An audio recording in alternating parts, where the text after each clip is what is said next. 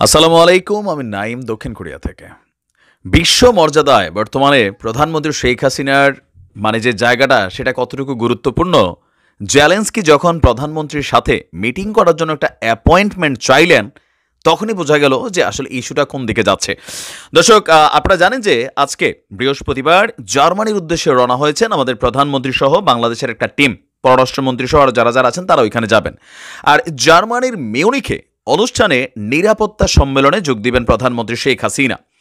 সম্মেলনের ফাঁকে Ukraine president জেলেনস্কির একটা আবদার প্রধানমন্ত্রীর সাথে একটা অ্যাপয়েন্টমেন্ট করা। But what is the main reason, কি কারণে হঠাৎ করে শেখ হাসিনার সাথে এই অ্যাপয়েন্টমেন্ট চাইছেন? তবে এই বিষয়ে আমাদের অলরেডি প্রধানমন্ত্রীর কিছুটা বক্তব্য সামনে এসেছে, আবার জেলেরও বিষয়টা অনেকটা সামনাসামনি উঠে এসেছে। ওই সম্মেলনের ফাঁকে ইউক্রেন প্রেসিডেন্ট জেলেনস্কিকে অ্যাপয়েন্টমেন্ট দিয়েছেন প্রধানমন্ত্রী শেখ হাসিনা। আর সেখানে দুই প্রেসিডেন্ট আমাদের প্রধানমন্ত্রী এবং জেলি তারা একটা বৈঠক করবেন। বৈঠকটা আসলে কোন ইস্যু নিয়ে? গতকালকে আমাদের প্রধানমন্ত্রীর মিউনিক সফর উপলক্ষে আয়োজিত এক সংবাদ সম্মেলনে পররাষ্ট্রমন্ত্রী ডক্টর হাসান মাহমুদ সাহেব তিনি বলছেন 16 থেকে 18 ফেব্রুয়ারি জার্মানির মিউনিকে নিরাপত্তা সম্মেলন যেটা হবে, আজকে প্রধানমন্ত্রী রওনা দিয়েছেন। আর বিদেশ সফরে পররাষ্ট্রমন্ত্রী বলছেন জেলেনস্কি দেখা করতে চেয়েছেন এবং প্রধানমন্ত্রী সম্মত হয়েছেন। তো আমাদের অবস্থানটা কি? আমাদের অবস্থানটা হচ্ছে সবসময় যুদ্ধের বিরুদ্ধে। তো বলছে যে বাংলাদেশ চায় পৃথিবীতে শান্তি এবং স্থিতি বিরাজ করুক।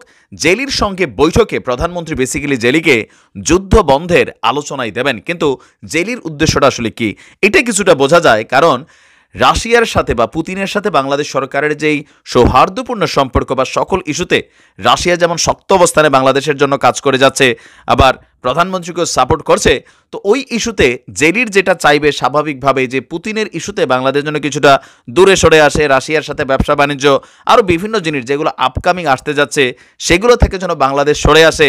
এর বাইরে কিন্তু আসলে কোনো কিছু জেলির প্রধানমন্ত্রীর কাছে চাওয়ার সুযোগ নেই, কারণ আমরা তো আর ভাই অস্ত্র ব্যবসায়ী দেশ না, অথবা ফান্ডিং করার মতন যুদ্ধ নিয়ে ওই টাকা পয়সা আমাদের নাই। এখন ইউক্রেন প্রেসিডেন্টের সাথে জেলির সাথে প্রধানমন্ত্রীর এই বৈঠক পুতিন কাকু কীভাবে নেবে, এটা নিয়ে কোনো ঝামেলা হবে কিনা, এই বিষয়েও সাংবাদিকদের প্রশ্ন ছিল পররাষ্ট্রমন্ত্রীর কাছে যে রাশিয়ার সঙ্গে সম্পর্কে কোনো নেতিবাচক প্রভাব পড়বে কিনা। তো আমাদের পররাষ্ট্রমন্ত্রী বলছেন কোনো প্রশ্নই আসে না। পুতিন আমাদের অত্যন্ত বন্ধুপ্রতিম দেশের প্রেসিডেন্ট, আর রাশিয়া মুক্তিযুদ্ধ থেকে বাংলাদেশের সাথে এই পর্যন্ত সাহায্য করে আসছে। মুক্তিযুদ্ধের পর দেশ পুনর্গঠনেও রাশিয়ার ভূমিকা ছিল, এমনকি চট্টগ্রাম বন্দরে মাইন অপারেশনের সময়ও রাশিয়ার একজন নাগরিক এই দেশের জন্য জীবনও দিয়েছে। সুতরাং রাশিয়ার সাথে আমাদের সম্পর্ক উষ্ণ এবং ঐতিহাসিক। সুতরাং জেলির সাথে এই বৈঠকে ওইরকম কিছু হবে না। আর জেলির কোনো প্রস্তাব প্রধানমন্ত্রী আইসা বা বাংলাদেশ এটা রাশিয়ার কাছে কিন্তু পাঠাবে না। যুদ্ধবন্ধের যে ভূমিকাটা সেটা নিয়েই এখানে কথা হবে।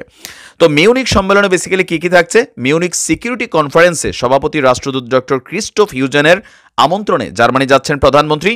সম্মেলনে যোগ দেওয়ার পাশাপাশি সাইডলাইনে অন্তত 7 দেশ এবং 3 আন্তর্জাতিক সংস্থার শীর্ষ নেতাদের সাথেও সেখানে সৌজন্য সাক্ষাৎ হবে। আর জার্মানির চ্যান্সেলর ওলাফ শোলজ, নেদারল্যান্ডসের প্রধানমন্ত্রী মার্ক রাটা, ডেনমার্কের প্রধানমন্ত্রী ম্যাথু ফ্রেডেরিকসেন এবং ইউক্রেন প্রেসিডেন্ট জেলির সাথেও সেখানে দ্বিপাক্ষিক, এছাড়া ভারতের পররাষ্ট্রমন্ত্রী, যুক্তরাজ্যের পররাষ্ট্রমন্ত্রী, জার্মানির বিভিন্ন সংস্থাগুলোর সাথে প্রধানমন্ত্রী সেখানে বৈঠক করবেন।